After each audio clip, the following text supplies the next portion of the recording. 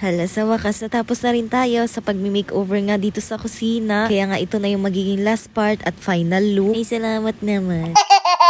Oh, pero syempre, bago nga yun, hi, hello, welcome to my vlog. Grabe, ang liit lang ng kusina ko, pero inabot pa ng part 4 yung pagmi-makeover ko dito. Pero at least, tapos na ako sa pagdidikit ng mga wallpaper at mga kung ano-ano. Kaya nga ito, finally, maibabalik ko na rin yung mga gamit dito. Sa totoo lang, nung natapos nga ako magdikit ng mga wallpaper, parang na-plainan talaga ako dito. Pero siguro, kapag ka nabalik ko na nga yung mga gamit dito, magkakabuhay naman na rin kahit papano. Sis ko, sa itsura ka, mukha na talaga akong pagod na pagod, oo. Pero ate, patapos naman na, kaya wala na tayong choice. Sunday nga nung araw na to, kaya nga nandito ang Papa J. Meron akong katuwang sa pagbabalik ng mga gamit dito. Siya nga yung taga-abot sa akin, tapos ako naman yung taga-punas at taga-ayos sa lagayan. Alam niyo ba, natatawa talaga ako kasi meron ako nababasang comments na hinihingi nga nila yung link ng patungan ko dito sa kusina. Hindi ko kasi akalain na meron nga magagandahan dyan. Dahil sa mga nakapanood nga ng paglalagay namin ng ganyan dito sa kusina, alam niyo naman na DIY nga lang din yan. Literal na retaso lang yung mga ginamit na materialis dyan. Kaya nga sa mga nanghihingi ng link dyan, naku, pasensya na po kayo, wala talaga akong maibibigay. Pero wag kayong mag-alala dahil alam ko meron nga na-order online na magandang ang kahoy na pwedeng gawing hanging shelves. At pagka nagka-time nga ako, hahanapan ko kayo ng magandang quality. Pero sa ngayon, patapusin nyo na muna ako dito sa ginagawa ko sa kusina ko. Salamat nga rin pala sa mga naka-appreciate ng ginawa ko nga dito sa kusina at sa mga nanghihingi nga ng link na mga ginamit ko sa pag-makeover dito sa kusina. Hayaan nyo po't ilalagay ko na lang dyan sa comment section. Sa totoo lang kasi, hindi talaga ako makareply sa mga comments dahil nababan nga ako. Sobrang dami nyo kasi, kaya nga babalikan ko na lang kayo kapag kakalmado na kayo, oo.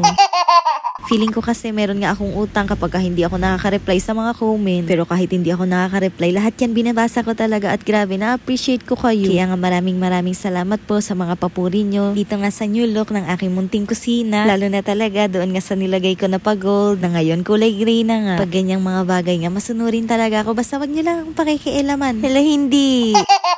Halos lahat nga ng gamit ko na nakalagay nga dito sa hanging shelves, pinagpupunasan ko na nga muna bago ko ipagbabalik. Naku, siguradong matatagalan na naman kasi ulit yung pagpupunas ko nga dito. Dahil sa pag-makeover ko nga dito sa kusina, napabayaan ko nga yung ibang parte ng bahay. Kaya alam nyo na, sa susunod na mini vlog ko, hindi na kusina yung content ko. Ibang parte naman ng bahay. Susme, alam ko na nanawa din kayo dahil 4 na araw ng kusina lang yung content ko. Pero minsanan lang naman to, kaya pagbigyan nyo na. O siya, ayan, nung maibalik ko na nga yung mga gamit doon sa itaas, pinabalik ko na nga rin sa Papa J itong lutuan ko dito. Huwag kayong mag-alala dahil hindi ko nga yung masyadong pinadikit sa Papa J doon sa wallpaper at isa pa nga meron pa talaga akong ilalagay dyan para nga mas safe. O siya, ayan, kaninang umaga na nga itong video na to. Pagkatapos ko kasi talaga mag-ayos nga ng mga gamit dito sa kusina, nag-check out talaga ako ng pang-decor. Pero konti at simple nga lang muna dahil ayoko naman ng masyadong overload. Akala ko talaga wood type nga yung na-order ko pero styro lang pala. Pero in fairness, okay din naman dahil nakabalot na nga rin siya. Tapos meron na nga rin siyang kasamang pandikit kaya nga ididikit mo na lang talaga. Kahit nga styro lang yan, maganda naman yung quality dahil makapal na nga rin siya. Isa pa, maganda rin talaga yung design kaya nga sulit talaga. At syempre, hindi na to para patagalin kaya nga ayan, ilalagay ko na siya. At dito ko ngayon siya balak ilagay sa tapat nga ng lababo para nga pagpasok ng pinto, makikita nga agad yan. Dati talaga ang ina-achieve ko ang team nitong bahay, team puti at team kahoy nga. Pero sabi ko nga sa inyo, mabilis talaga akong manawa kaya ayan, sumubok ako ng ibang tema. Pero sa totoo lang, hindi ko talaga in-expect na darating nga ako sa ganito na team puti at gray naman. Pero hindi naman siya nakakasisi dahil ang ganda din pala talaga. Dahil very umaliwalas talaga yung atake nyo. At dahil ganito na nga yung tema ng bahay, meron nga nagsuggest sa akin na maglagay nga daw ako ng konting fake plants. Aaminin ko, hindi nga ako mahilig sa ganon. Pero malay nyo naman, masubukan ko. May nagsuggest nga rin na palitan ko nga raw yung kurtina para nga mas lalong gumanda. Buti na lang talaga kahit papano meron nga akong ganitong kurtina na meron nga touch of gray. Kaya ayan, ganyan na nga yung naging final look niya. O diba, sobrang perfect. Grabe, pag nandito ako sa kusina, para talaga ako nasa ibang bahay. O alam nyo na, tapos na tayo dito sa kusina, kaya expect nyo na na ibang parte naman ng bahay yung content ko bukas. Hala, Eddie, salamat naman.